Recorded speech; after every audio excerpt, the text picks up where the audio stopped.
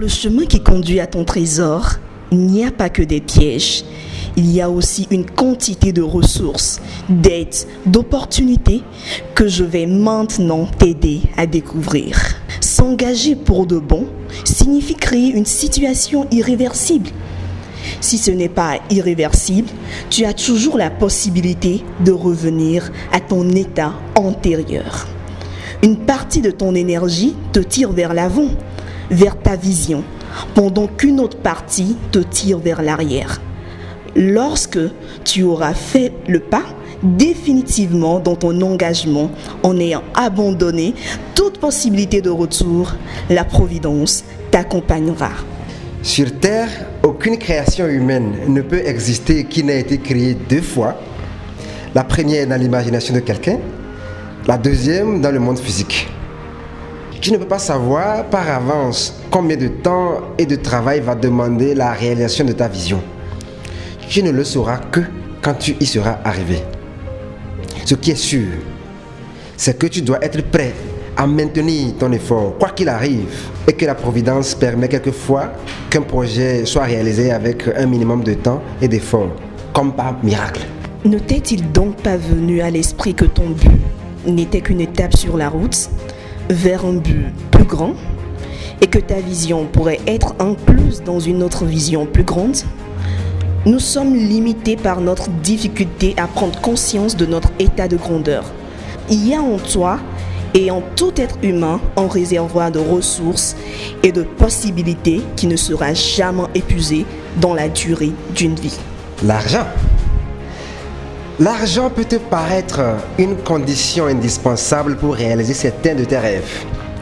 L'erreur consisterait à te focaliser sur l'obtention de cet argent au lieu de rester concentré sur ta vision. L'argent n'est qu'un moyen et il se peut qu'il te soit donné des moyens autres que l'argent auquel tu n'avais pas pensé. Ce qui est sûr, c'est que tu n'attireras pas l'argent dont tu as besoin si tu méprises l'argent et si tu ne t'en préoccupes pas. Tu ne l'attireras pas non plus si tu as du mépris pour toi-même. Il te faut donc changer l'image que tu as de toi-même par rapport au fait que tu mérites ou non l'argent. Eh bien, l'argent affluera vers toi comme des vagues des océans. Accepte la manne qui tombe parfois dans le désert et cesse, je t'en prie, de te demander si tu la mérites ou si elle est bonne pour toi. Tu peux te croire sans valeur et être quand même digne des cadeaux de la vie. D'autant plus que ces cadeaux sont là pour te permettre d'apporter ta contribution unique à la création. Sur le chemin, il va te falloir une dose de hardiesse et de confiance en toi. Or, on ne naît pas avec une confiance en soi définitive. Elle est comme des muscles. Si tu lui donnes des exercices, elle va grandir. Les gens qui n'ont pas de quête évitent de prendre des risques. Ils créent autour d'eux des remparts qui les protègent de l'imprévu, mais qui en même temps les enferment et les maintiennent prisonniers. Prendre un risque est un acte de confiance en soi. Quand tu auras fait face avec succès à un petit risque, tu pourras en prendre de plus grands. Eh bien, chaque fois que tu auras ce courage, tu amélioreras ta confiance en toi parce que tu découvriras que tu es capable d'infiniment plus de choses que tu le croyais. Si tu n'avais pas essayé, comment aurais-tu pu le savoir? Le propre des signes, c'est de ne pas être d'une lecture évidente. Un même signe peut avoir une signification pour une personne et une signification totalement différente pour une autre, selon le sens de leur quête. Tu ne peux donc laisser le soin aux autres d'observer, d'interpréter les signes extérieurs pour toi. C'est quelque chose que tu dois apprendre à faire par toi-même. Quant aux signes internes, toi seul peux y être attentif et les interpréter. C'est là un savoir-faire élémentaire. Une bonne décision s'accompagne d'une sensation de détente. Une décision douteuse ou mauvaise est signalée par une tension. Si ta tête te dit que ton choix est bon, ton estomac qu'il est douteux, écoute ton estomac, c'est-à-dire ton intuition. Il n'y a pas de route qui conduise à ton but en ligne droite. Pour atteindre le port, le marin doit tirer des bords avec son voilier, donnant l'impression à celui qui ne connaît pas la navigation qu'il fait de nombreux détours inutiles. Mais Le marin n'atteint sa destination que parce qu'il corrige sa course dans le temps. Tu peux lorsque tu crois pouvoir. Engage-toi sur ta route avec hardiesse et agis avec certitude jusqu'au bout. C'est comme cela que l'homme a réalisé tous ses exploits depuis les origines. Je t'ai donné le conseil de ne pas utiliser ta version comme sujet de conversation banale. Cela ne signifie pas qu'il faut garder tes buts secrets pour toujours et pour tout le monde. En fait, il y a une étape où ta vision est vulnérable, car tu n'es pas encore sûr de toi et tu pourrais être victime des étouffes-rêves. Mais quand ta vision a grandi en toi et qu'elle est devenue suffisamment forte, tu peux en parler pour trouver les soutiens dont tu as besoin. As-tu envie d'en m'adonner? La réussite t'appartiendra si tu n'abandonnes jamais. Tu dois être convaincu que lorsqu'une porte se ferme, une autre s'ouvre. Si on te refuse l'aide que tu demandes, ne le prends pas personnellement. Continue à demander jusqu'à obtenir ce que tu désires. Chaque fois que tu raconteras un non et que tu continueras, tu deviendras plus fort. Surtout, n'écoute pas les gens qui te disent que tu n'y arriveras pas. Ce sont des gens, des étouffes-rêves, trop heureux de se faire entendre. Le moment où tu es le plus découragé est peut-être le moment où tu es le plus près de ton but. Ne dévie donc pas ton attention initiale. Relève-toi après chaque chute. Sois patient et obstiné. Puise des forces dans ta raison d'être et entretiens ta vision. Soigne ta vision jusqu'à ce que apparaisse le soleil.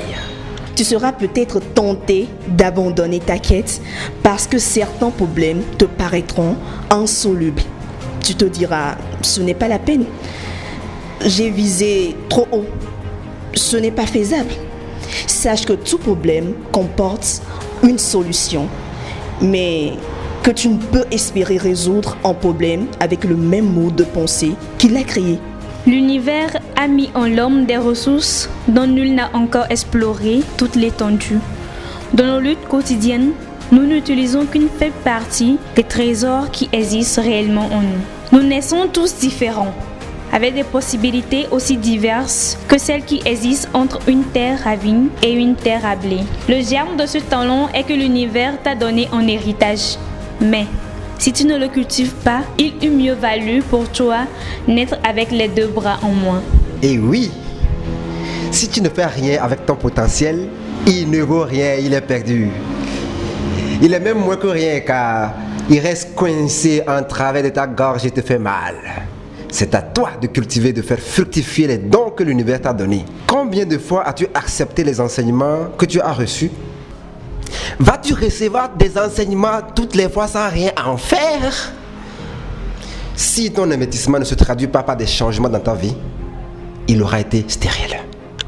Tu avances dans la vie, heureux des surprises du parcours et confiant dans ta réussite. Tu vises un résultat tout en étant détaché de ce résultat. Peut-être n'as-tu pas réalisé que ton bonheur d'être est déjà un résultat. Et tu serais bien avisé de sentir la gratitude pour cela. Le sentiment de gratitude fait partie de la joie d'être en vie. Si tu vénères un Dieu, remercie-le selon les rituels appropriés. Si tu n'en vénères pas, offre ta gratitude à l'univers. Tu seras alors dans ce que l'on appelle état de grâce et tous les bienfaits seront sur toi. En tant qu'entrepreneur, avec les années d'expérience qu'on a déjà fait sur le terrain, sincèrement pour être là où nous sommes arrivés aujourd'hui, il a fallu qu'on ait été capable de contourner un certain nombre d'obstacles, de surmonter certains autres pour être ici. D'abord des obstacles psychologiques, du fait de l'éducation qu'on a reçue au départ. Il y a des freins qui nous ont été imposés par l'environnement direct, l'enseignement de l'église par exemple, qui parfois n'est pas favorable à l'entrepreneuriat, la vision des parents qui n'est pas que vous deveniez entrepreneur. Il y a plein d'éléments. Il y a le niveau économique ou même politique du pays qui parfois constitue un danger sur la route de ta réussite. mais à lire l'histoire de tous ceux qui ont réussi aujourd'hui et dont les noms sont inscrits dans les livres ou dans les journaux, on a vu leur passé, ils ont aussi traversé des embûches, ils ont surmonté des obstacles. Donc nous sommes venus à ce 12e Yes We Must pour apprendre, pour étudier ensemble les différents obstacles qu'on rencontre sur la route quand on essaie de réaliser un projet. Donc les gens, par leur contribution, ont enrichi tous les participants. On a découvert qu'il y a des éléments qui sont liés à nous-mêmes, à nos compétences, il y a des éléments qui sont liés à notre façon de travailler en équipe, il y a des choses qui sont liées au fait que nous ne sommes pas assez prévisibles au départ quand on veut commencer un projet. S'asseoir pour lire la carte avant de se lancer sur le terrain, on a vu que parfois on a quelques réussites primaires qui nous font croire qu'on a déjà atteint le summum. Donc on est enivré par la réussite et puis on perd la route, on perd le fil. On a vu que parfois il y a des signes de la vie qui doivent être interprétés de telle ou telle façon en fonction de notre vision, et nous saurons interpréter les signes de la vie. On a appris qu'il n'y a personne nulle part qui nous apprendra la façon dont nous devons interpréter les signes. C'est vrai que les gens doivent nous aider, on est ouvert à l'aide des autres, mais nous devons être la personne ultime, l'ultime personne qui sait décoder les signes de la vie et en direction de notre vision. Donc tous ces éléments font partie donc de ce chapitre, comment contourner les obstacles du chemin. Je remercie mon coach qui m'a permis de découvrir cette conférence. C'est lui qui me l'a proposé et je peux dire que le premier jour où je suis venu, j'ai appris beaucoup de choses, et aujourd'hui particulièrement ça a été vraiment dense, ça a été vraiment waouh, parce que vu ce que le conférencier a partagé avec nous, d'abord sur nous-mêmes, parce que l'être humain a certaines croyances qui le limitent, et il nous a aidé à nous en débarrasser de ces fausses croyances-là. Et autre chose, c'est ce qui nous a permis de découvrir que nous avons les solutions en nous. Dieu nous a créés et il a mis toutes les réponses, ou bien toutes les clés qui pourront nous aider à ouvrir les portes, et il les a mis ça en nous. Et donc c'est à nous de les exploiter et de savoir où et quand agir.